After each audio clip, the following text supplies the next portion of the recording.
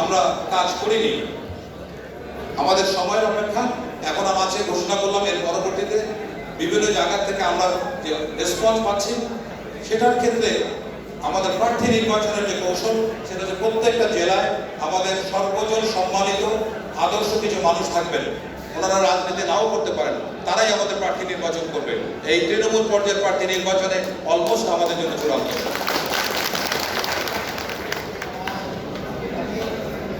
রাজনৈতিক দল হিসেবে আজকে আত্মপ্রকাশ করছেন, এই একটু স্পষ্ট করবেন, আপনারা কি এককভাবে নির্বাচিত করবেন কিংবা অন্য কোনো দলের সাথে পরবর্তীতে যে সংযুক্ত হবেন? এছাড়া আপনাদের যে প্রার্থী বাছাইয়ের যে প্রক্রিয়াটা, আমরা দেখেছি যে অনেক বড় বড় দলে ব্যবসায়ী থাকেন, একটা পর্যায়ে যে সবাই যার যার স্বার্থটাই চিন্তা করে, দেশকে কেউ ভালোবাসে না, সব দেশকে বিক্রি করেই চলে, সামনের দিকে আগায়। আমরা এই 53 বছরে তাই দেখেছি। এই বিষয়গুলি আপনি একটু ক্লিয়ার বক্তব্য করবেন, আপনাদের স্লোগানটা আরও স্পষ্ট করবেন, আশা করছি। Thank you. সুতরাং যখন আমাদের কাছে একজন আসবেন, আমরা তাকে মূল্যায়ন করব সে মানুষ হিসেবে কিরকম, সৎ, শিক্ষিত, দেশপ্রেমিক, তার কর্মজীবন কলঙ্কমুক্ত কিনা। হ্যাঁ, দ্বিতীয়ত হলো যদি এই যোগ্যতায় সে আসে এবং তারপরে সে কি কন্টেন্ট নিয়ে আসছে। আমরা যে বিষয়গুলো আলোচনা করছি তার মধ্যে যদি কেউ আসে পার্বত্য চট্টগ্রামের আমরা স্থায়ী সমাধান করতে চাই, তার এই কন্টেন্টকে আমাদের সমস্ত কিছুর উপরে প্রায়োরিটি দেব। যদি কেউ বলে তিস্তা মহাপরিকল্পনা আমাদের নিজস্ব অর্থায়নে করবো, আমাদের সবার আগে তার এজেন্ডা নিয়ে আসবো। সুতরাং ব্যক্তির কোনো চাহিদা আমাকে এই পদ দিতে হবে, এতটা সিট দিতে হবে না। এইটাই তো বাংলাদেশের গতানুগতিক রাজনীতির একটা ধারা। এগুলি যদি আমরা পালন করি তাহলে আমাদের সাথে তার বাকি কোনো ব্যতিক্রম থাকলো না। এটা আমরা স্পষ্টভাবে সকলকে জানিয়ে দিতে চাই। আমরা সকল ভালো মানুষকে আহ্বান করতে চাই, আপনারা যারা সৎ, শিক্ষিত, দেশপ্রেমিক, আপনারা অবদান রাখতে পারেন। আর দল গঠন করলাম আমরা কেবলমাত্র, ইনশাল্লাহ এরপরে আমাদের যে নৈতিক কমিটি আছে সেখানে আমরা আলোচনা করব। জোট অনেক দূরের কর্মকাণ্ড সেখানে যাওয়া যাবে কিনা আমাদের সেই নৈতিক কমিটি সেই সিদ্ধান্ত দেবে। অভ্যুত্থানের পরবর্তী সময় ছাত্র জনতার নেতৃত্বে একটি নতুন রাজনৈতিক দল গঠিত হয়েছে এবং তৃণমূলের আশা আকাঙ্ক্ষার প্রতিফলন বা বাস্তবায়ন ঘটানোর আগেই তারা এই দলের শীর্ষ নেতারা বিভিন্ন বিতর্কে জড়িয়েছেন।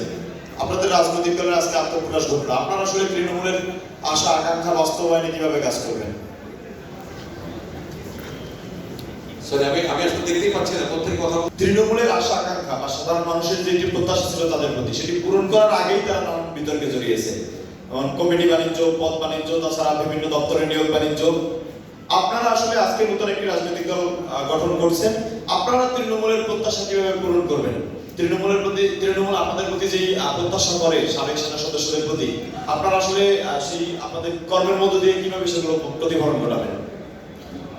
লক্ষ্য করুন, আমরা কিন্তু কোনো প্রত্যাশার কথা বলিনি, এটা করবো ওইটা করবো ওইটা করবো, কিছুই বলিনি।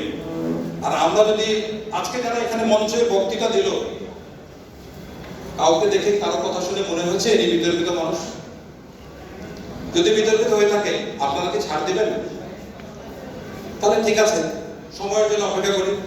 যদি আমাদের বিরুদ্ধে এরকম কোনো অভিযোগ আপনারা দাঁড় করতে পারেন, আমরা চ্যালেঞ্জ দিচ্ছি না, তবে কাছাকাছি পর্যায়ে বলতে চাই, পারলে আপনারা বের করুন। আমরা আপনাদের সেটাকে পজিটিভ সমালোচনা হিসেবে গ্রহণ করে অবশ্যই নিজেদেরকে সংশোধন করে নেব। কেননা এই সততা, সৎ, শিক্ষিত, দেশপ্রেমিক মানুষই হচ্ছে আমাদের সবচেয়ে বড় প্রতীক বা সবচেয়ে বড় পুঁজি। ধন্যবাদ। আমি এই মতাদর্শটা নিয়ে আরেকটু জানতে চাচ্ছি, নতুনত্ব বলতে আপনারা কি বোঝাচ্ছেন এবং একটা সিভিক লিবার্টিসের ক্ষেত্রে কি বোঝায় এবং মার্কেট ইকোনমির ক্ষেত্রে কি বোঝায়? গতানুগতিক রাজনীতিতে ডান থেকে বাম থেকে অনেক কিছুই থাকে। তো আমরা বলেছি, একটা কথায় উত্তর দিয়েছি, আমরা ডান বাম, উত্তর দক্ষিণ, পূর্ব পশ্চিম, ঈশান কোণ, ঊর্ধ্বগত কিছুই বুঝি না। আমাদের লক্ষ্য, উদ্দেশ্য, কেন্দ্র একমাত্র বাংলাদেশ, বাংলাদেশ, বাংলাদেশ। শুধু বাংলাদেশ নির্ভর একটি দল। একটি প্রশ্ন যে আমরা সদস্য চাঁদা একটি থাকবে, এতটুকু আমি বলতে চাই যে কোনো আনঅথরাইজ, কোনো অবৈধ সূত্র থেকে, সোর্স থেকে আমরা কোনো ধরনের অর্থ, পেশি শক্তি, অফিস সহায়তা কিছু নেব না। যদি আমরা নেই তাহলে অবশ্যই আমরা বক্তব্য করে যাব। বাংলাদেশের ইতিহাসে কত কিংস পার্টি হয়েছে না, 300 আসনে সিট দিয়েছে না, নির্বাচনের পরে দলেই গায়েব হয়ে গেছে।